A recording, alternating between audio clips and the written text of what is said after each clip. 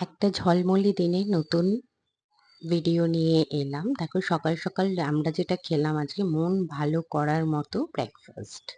আগে তো প্রায়শই খেতাম কিন্তু এখন অনেক কমিয়ে দিয়েছি। হট করে মনে হলো আজকে লুচি করি। লুচি আলু কুমড়োর তরকারি। আজকে ব্রেকফাস্টে আমাদের এটাই ছিল। আজকের ওয়েদারটা ভীষণ ভালো। চলো এক ঝলক দেখে নিই আজকের আকাশটা কি বলছে। মনে হচ্ছে না পুজো আসছে, পুজো আসছে? হ্যাঁ। আজকে দুপুরে যে লাঞ্চটা ছিল, সেই লাঞ্চটা দেখো কি রেডি করেছিলাম। এইটা যেটা দেখছো এটা দইয়ের ছাঁচ। এর মধ্যে কোনো চিনি নেই। এর মধ্যে খুব অল্প ২ চামচ দই দিয়ে ১ গ্লাসের বেশিও জল দিয়েছি। জল দিয়ে এবারে ওটাকে ভাজা আ জিরে, একটু গোলমরিচ গুঁড়ো, বিট নুন আর পুদিনা পাতা ছিল না। পুদিনা পাতা থাকলে ভালো হতো। এটা দিয়ে বানিয়েছিলাম। এটা ডাইজেস্ট হতে ভীষণ হেল্প করে। এই যে পনিরটা বানিয়েছিলাম, পনিরটা একটু অন্যভাবে বানিয়েছিলাম।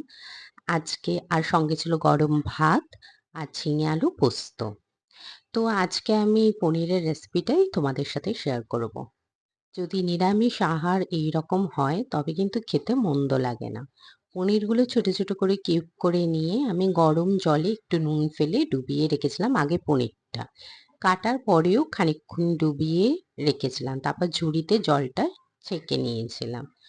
পনিরটা যেটা আমি করেছিলাম যে হালকা করে ১ম এ ভেজে নিয়েছি।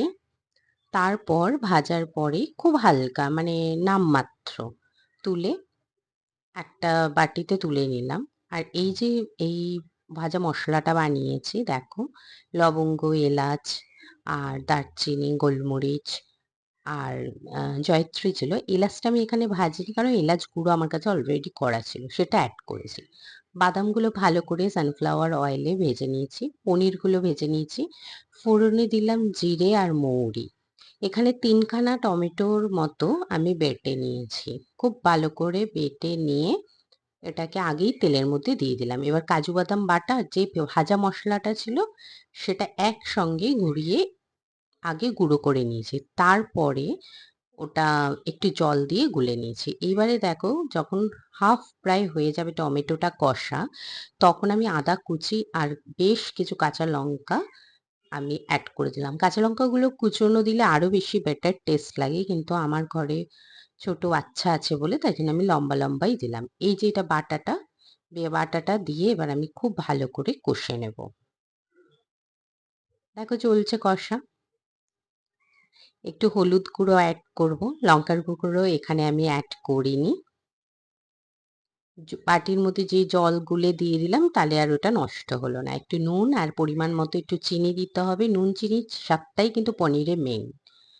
দিয়ে তুমি অ্যাডজাস্ট করে যখন এটা হয়ে আসবে কাসুরি মেথি দিয়ে দিলাম। হয়ে গেল নিরামিষ দিনের পনির তৈরি। সাথে ছিল ঝিঙে আলু পোস্ত আর এই দইয়ের ছাঁচ। কেমন লাগলো ভিডিওটা জানিও।